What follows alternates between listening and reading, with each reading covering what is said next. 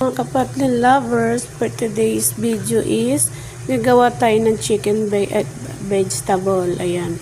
Potato, carrots, pumpkin, at saka yung puccini siya kung tawagin. Pero maliit ito. Yung bubot na kalabasa. Yung pinakang ano pa siya. Yung kasunod ng kanyang dahon bago lumaki siya na maging kalabasa. Puccini. Ayan. At ito naman yung ating lahok. Chicken. Nilagyan ko siya ng tomato sauce. At yan yung ating recipe for today kasi favorite siya ng aking mga alaga. Kaya yan. Tapos papartneran siya ng rice. Yan.